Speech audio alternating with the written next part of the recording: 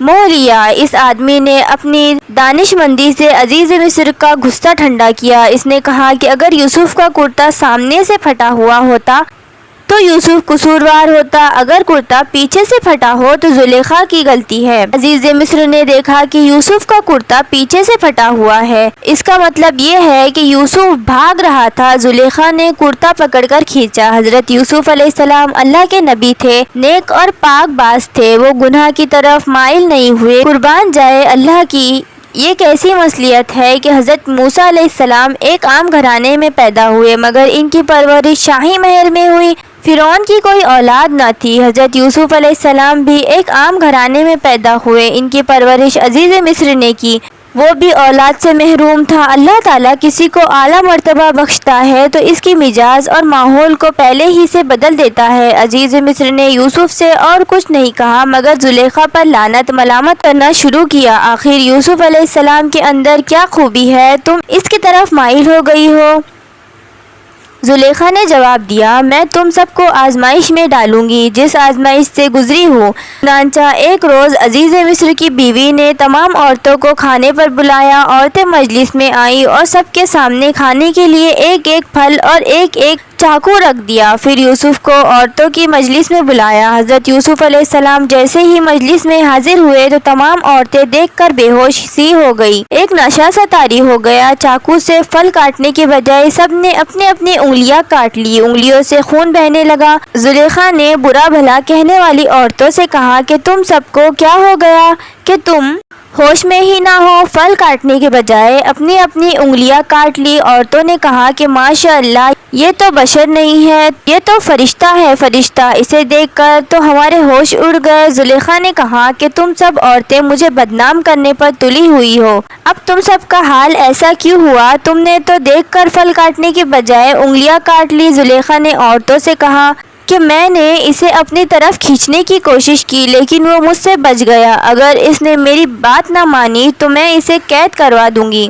اس پر یوسف علیہ السلام نے فرمایا، اے رب، مجھے قید پسند ہے مگر اس کے پاس جانا پسند نہیں ہے۔ اے رب، مجھے تو ہی بچا سکتا ہے، اگر اس کے قریب آ جاؤں تو میں جاہلوں میں سے ہو جاؤں گا۔ اللہ نے یوسف کو بچا لیا۔ زلیخا کی جب زیادہ بدنامی ہونے لگی، یوسف علیہ السلام نے بھی قریب آنے سے انکار کر دیا۔ یوسف علیہ السلام کو قید خانے میں ڈال دیا گیا۔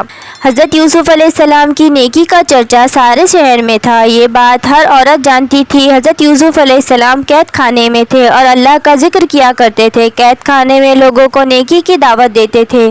یوسف علیہ السلام جب قید میں تھے تو ان کے بعد 2 اور نئی قیدی بھی قید خانے میں آئے۔ ان میں ایک شخص وہ تھا جو بادشاہ کو شراب پلایا کرتا تھا، دوسرا قیدی باورچی خانے کا افسر تھا۔ دونوں نے کوئی قصور کیا تھا، اس لیے بادشاہ نے اس کی سزا دی تھی۔ حضرت یوسف علیہ السلام لوگوں کو سچا راستہ دکھاتے تھے، اللہ کا حکم بیان کرتے تھے، اسی لیے قید خانے کے لوگ حضرت یوسف علیہ السلام سے عقیدت رکھتے تھے اور یہ جانتے تھے کہ یوسف علیہ السلام نیک اور پارسا ہے۔ اسی لیے دونوں میں سے ایک شخص نے حضرت یوسف علیہ السلام سے کہا کہ میں نے خواب میں دیکھا ہے کہ میں بادشاہ کو شراب پلا رہا ہوں، اس خواب کی کیا تعبیر ہے؟ دوسرے نے کہا کہ میں خواب میں دیکھ رہا ہوں کہ میرے سر پر روٹیاں رکھی ہوئی ہے اور پرندے میرے سر پر رکھی ہوئی روٹیوں کو نوچ نوچ کر کھا رہے ہیں، اس کی تعبیر بھی مجھے بتا دیں۔ حضرت یوسف علیہ السلام نے خواب کی تعبیر بتانے سے قبل ان سے کہا کہ تم لوگ اللہ کو چھوڑ کر بتوں کی پوجا کرتے ہو، اللہ ہی عبادت کے لائق ہے، مگر تم لوگوں نے اللہ کو چھوڑ کر کسی اور کی پوجا کرنی شروع کر دی، اس لیے تم لوگ غلط راستے پر ہو۔ حضرت یوسف علیہ السلام نے فرمایا کہ میرا باپ حضرت یعقوب علیہ السلام، میرے دادا اسحاق علیہ السلام اور میرے پردادا حضرت ابراہیم علیہ السلام ہیں۔ ہمارے باپ دادا اور پردادا اللہ کے بھیجے ہوئے پیغمبر تھے جو صرف ایک اللہ کو مانتے تھے، اللہ کے ساتھ کسی کو شریک نہیں ٹھہراتے تھے۔ ہم سب پر اللہ کا فضل ہے لیکن بہت سے لوگ شکر نہیں کرتے۔ حضرت یوسف علیہ السلام قیدیوں کو تبلیغ کرتے تھے، انہیں نیکی کی باتیں بتایا کرتے تھے۔ قیدیوں کے دلوں پر یوسف علیہ السلام کی باتوں کا بہت اثر ہوا۔ دونوں قیدی اللہ پر ایمان لے آئے اور کہا کہ اپنے باپ دادا کے دین کو چھوڑ کر تمہارے باپ دادا کے دین پر ایمان لاتے ہیں۔ پھر دونوں نے حضرت یوسف علیہ السلام سے کہا کہ ہم نے جو خواب دیکھا ہے اس کی تعبیر بھی بتا دے، آپ جو کچھ بتائیں گے وہی سچ ہوگا۔ اس پر حضرت یوسف علیہ السلام نے بتایا کہ جس نے خواب میں دیکھا کہ شراب پلا رہا ہے وہ اپنے آقا کو شراب پلائے گا اور جس کے سر پر روٹیاں تھی وہ پرندے روٹیاں کھا رہے تھے وہ سولی پر چڑھے گا۔ آپ نے بادشاہ کو شراب پلانے والے سے کہا جب تو رہا ہو کر بادشاہ کے پاس ملازم ہوگا اور شراب پلائے گا تو اس وقت بادشاہ سے میری سفارش کرنا کہ میں بے گناہ ہوں، مجھے رہا کر دے۔ جب وہ شخص گیا تو یوسف نے جو کچھ کہا تھا سب بھول گیا۔ حضرت یوسف علیہ السلام بڑی مدت تک جیل ہی میں ناکردہ گناہ کی سزا کاٹتے رہے۔ وہ بے یار مددگار تھے، رہائی کی کوئی امید ہی نہیں تھی۔ وہ جیل میں قیدیوں کو دین کی راہ دکھاتے تھے، اللہ کی یاد تو ان کا معمول تھا۔ ایک روز بادشاہ نے اپنے مصاحبوں اور وزیروں سے کہا کہ میں نے ایک ایسا خواب دیکھا کہ اگر تم میں سے کوئی تعبیر بتا سکتا ہے تو مجھ سے کہے۔ مصاحبوں نے بادشاہ سے کہا کہ آپ اپنا خواب بیان کریں، ہو سکتا ہے کہ ہم میں سے کوئی تعبیر بتا دے۔ بادشاہ نے کہا میں نے خواب میں دیکھا کہ 7 دبلی گائے کھا رہی تھی، 7 موٹی گائے اناج کے ساتھ بالی ہری اور تازہ تھی اور 7 سوکھی بالی تھی، لیکن سوکھی بالی ہری بالی کھا رہی تھی۔ دبلی گائے کس طرح موٹی گائے کھا سکتی ہے؟ ہری بالیوں کو سوکھی بالیاں کھا رہی تھی، اس کا کیا مطلب ہے؟ صاحبوں نے کہا کہ اس خواب کی تعبیر بتانے سے قاصر ہے۔ یہ باتیں بادشاہ کو شراب پلانے والے تک پہنچ گئی۔ اس نے سنا تو حضرت یوسف علیہ السلام کی باتیں یاد آ گئی۔ اس نے بادشاہ کو حضرت یوسف علیہ السلام کے بارے میں سب کچھ بتا دیا اور کہا کہ اس خواب کی تعبیر حضرت یوسف علیہ السلام ہی بتا سکتے ہیں، وہ جیل میں ہیں، سزا کاٹ رہے ہیں۔ بادشاہ کو شراب پلانے والے خادم نے کہا کہ آپ مجھے یوسف کے پاس بھیج دیجئے، میں اس سے تعبیر معلوم کر کے آؤں گا۔ بادشاہ نے اسے اجازت دے دی۔ وہ یوسف علیہ السلام کے پاس پہنچا۔ اس نے بادشاہ کی خواب کا ذکر کیا۔ 7 گائے دبلی ہے، وہ 7 موٹی گائے کھا رہی ہے، 7 سوکھی بالی ہری اور تازہ بالی کھا رہی ہے۔ اے یوسف، اس خواب کی تعبیر بتا دو، تم نیک اور سچے ہو، تم جو کچھ بتاؤ گے میں بادشاہ سے جا کر کہوں گا، ہو سکتا ہے بادشاہ تم پر رحم کرے اور قید خانے سے نجات دلا دے۔ حضرت یوسف علیہ السلام نے کہا ملک میں 7 برس تک خوب اناج اور پھل ہوگا، آنے والے 7 سال اچھے نہیں ہوں گے، اناج پیدا نہیں ہوگا، قحط پڑ جائے گا۔ ابھی 7 سال کے اندر جو اناج ہوگا کھانے کے ساتھ ساتھ بچا کر بھی رکھنا ہوگا، بچا ہوا اناج قحط کے زمانے میں کام آئے گا۔ اناج بچا کر نہ رکھا جائے تو لوگ بھوک سے مریں گے، اور یہ اناج بالیوں میں ہی رکھنا ہوگا تاکہ خراب نہ ہو۔ چنانچہ پہلے 7 سال اچھے رہیں گے، اس دوران یہ فائدہ ہوگا کہ خوب بارش ہوگی، زمین زرخیز ہوگی، اناج بہت پیدا ہوگا۔ جب خادم نے یوسف علیہ السلام کی کہی ہوئی باتیں بادشاہ کو بتا دی تو بادشاہ سوچ میں پڑ گیا اور کہا یوسف علیہ السلام کو میں قید سے آزاد کرنا چاہتا ہوں، یوسف علیہ السلام کو میرے پاس لاؤ تاکہ میں مزید باتیں معلوم کر سکوں۔ یوسف علیہ السلام ایک ذہین اور نیک شخص معلوم ہوتا ہے۔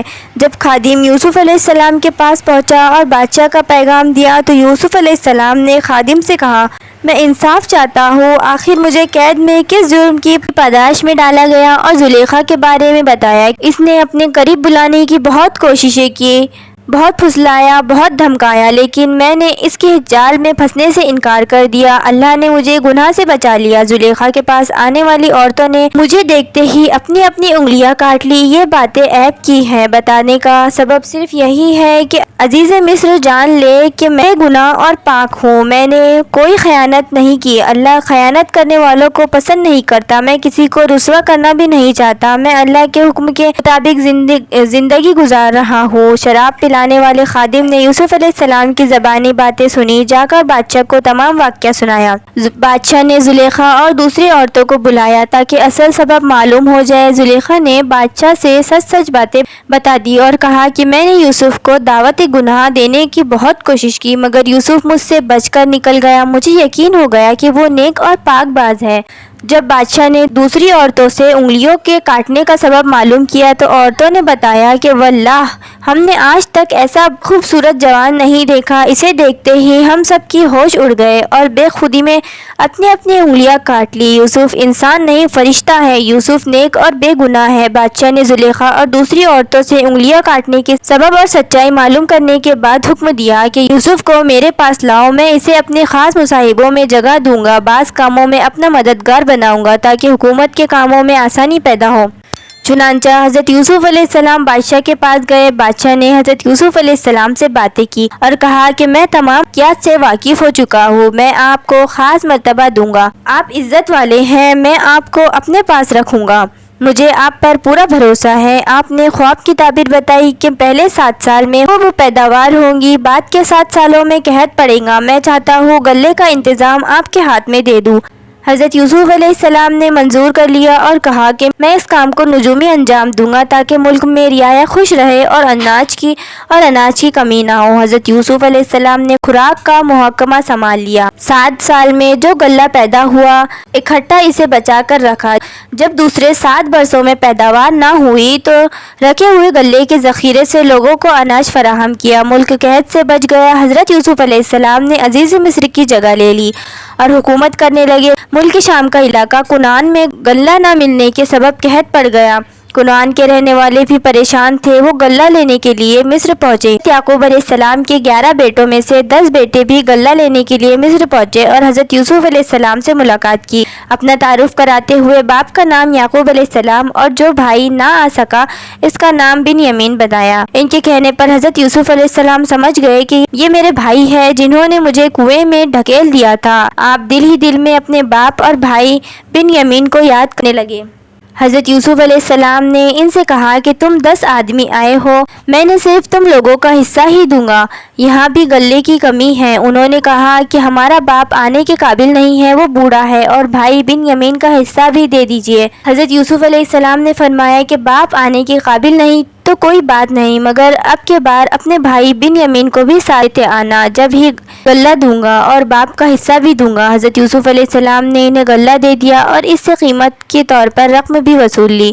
جب وہ لوگ غلہ لے جانے کے لیے ذخیرہ کرنے لگے تو حضرت یوسف علیہ السلام نے غلاموں کے ذریعے غلے کے ذخیرے میں وہ رقم بھی رکھوا دی جو غلے کے حوض ان سے لی تھی۔ قافلہ غلہ لے کر روانہ ہو گیا۔ حضرت یعقوب علیہ السلام کے بیٹے غلہ لے کر گھر پہنچے۔ غلہ حاصل کرنے کے دوران جو ان پر بیتی تھی باپ کو سنا دی اور اس بات سے بھی آگاہ کیا کہ عزیز مصر کے حکم کے مطابق سب کے حصے کا غلہ اسی شرط پر ملے گا جب ہم بھائی بنیامین کو بھی اپنے ساتھ لے جائے۔ باپ نے کہا کہ تم لوگ یوسف کو لے گئے لیکن واپس نہیں لائے، میں اس کی یاد میں اب تک آنسو بہا رہا ہوں، روتے روتے میری بہنائی بھی جاتی رہی۔ یوسف کی جدائی کا زخم میرے سینے میں ہے، وہ اب تک سوکھا نہیں ہے۔ اب تم یہ کہہ رہے ہو کہ میں اپنے بیٹے بنیامین کو تمہارے ساتھ کر دوں، یہ مجھ سے نہیں ہو سکتا۔ اب تم پر بھروسہ نہیں کر سکتا، اصل حفاظت کرنے والا اللہ ہی ہے۔ بھائیوں نے ملاقات کی اور کہا کہ اس سفر میں ہم لوگ بنیامین کو بھی ساتھ لے آئے۔ حضرت یوسف علیہ السلام نے بنیامین کو خاموشی سے بلایا اور کہا کہ میں تمہارا بھائی ہوں۔ سوتیلے بھائیوں نے جو سلوک کیا اس سے غمگین نہ ہونا۔ بنیامین نے ان باتوں کو راز میں رکھا، بھائیوں کو نہیں بتایا۔ یوسف علیہ السلام نے سب کو غلہ دیا۔ بنیامین کے حصے میں جو غلہ آیا اس غلے میں بادشاہ کا ایک پیالہ غلاموں کے ذریعے رکھوا دیا اور سب کو روانہ کیا۔ جب قافلہ کچھ دور نکلا تو حضرت یوسف علیہ السلام کے حکم کے مطابق غلاموں نے زور زور سے قافلے والوں کو آواز دیتے ہوئے کہا کہ تم سب چور ہو، تم لوگوں نے بادشاہ کا پیالہ چرایا ہے۔ ان لوگوں نے کہا کہ ہم چور نہیں ہیں، ہم نے کوئی چیز چوری نہیں کی ہے، ہم سب قسم کھانے کے لیے تیار ہیں۔ عزیز مصر کے آدمیوں نے کہا ہم تلاشی لیں گے، جس کے سامان میں پیالہ رکھا ہوا ملے گا ہم سزا کے طور پر اسے روک لیں گے، ہمارے یہاں کا یہ دستور ہے۔ سب نے حامی بھر لی اور کہا ایسا ہی کرے، آپ تلاشی لے۔ چنانچہ عزیز مصر کے آدمیوں نے تلاشی لی تو بنیامین کے سامان میں پیالہ رکھا ہوا ملا۔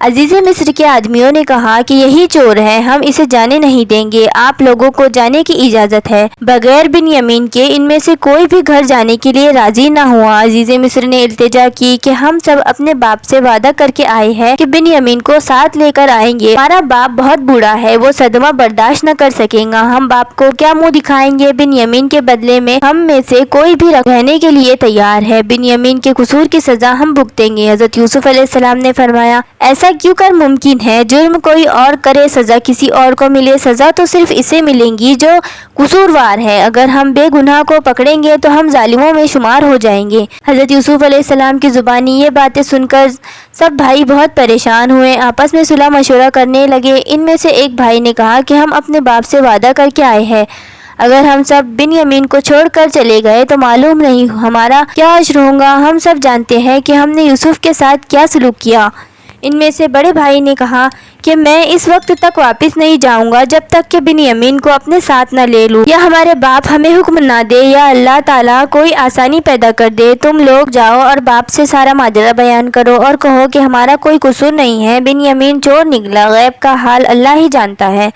یہ لوگ واپس لوٹ گئے اور باپ سے چوری کا واقعہ بیان کیا اور بنیامین کو چور ٹھہرایا۔ ان کی باتیں سن کر باپ نے کہا کہ تم لوگ جو کچھ کہہ رہے ہو یہ بناوٹی بات معلوم ہوتی ہے، اللہ ہی بہتر جانتا ہے، میں صبر کر رہا ہوں۔ پہلے ہی یوسف کے غم میں مبتلا تھا، اب بنیامین کے غم نے تو مجھے اور بھی بے حال کر دیا ہے۔ باپ نے اپنے بیٹوں سے کہا، جاؤ یوسف اور اس کے بھائی کو تلاش کرو، اللہ کی ذات سے نا امیدی کفر ہے۔ باپ کے کہنے پر پھر یہ لوگ مصر پہنچے اور عزیز مصر سے ملاقات کی اور کہا، اے عزیز مصر، ہم سب بہت پریشان ہیں، باپ نابینا ہو چکے ہیں، جو کچھ ہمارے پاس پونجی تھی وہ ہم لے آئے ہیں، ہمارا غلہ دے دیجیے۔ حضرت یوسف علیہ السلام نے گھر والوں کی پریشانی سنی تو بے چین ہو گئے اور کہا، تم لوگوں نے یوسف اور اس کے بھائی کے ساتھ کیسا برتاؤ کیا؟ یہ سب تمہاری نادانی اور جہالت کے سبب ہوا۔ بھائیوں نے یہ سنا تو چونک پڑے اور کہا، کیا آپ ہی یوسف ہیں؟ انہوں نے جواب دیا، تم ٹھیک کہتے ہو، میں یوسف ہوں اور یہ میرا بھائی ہے۔ اللہ نے مجھے مرتبہ دیا اور مجھ پر رحم کیا، وہ سب سے بڑا رحم کرنے والا ہے، جو مصیبت میں صبر کرتا ہے اللہ اس کا ساتھ دیتا ہے۔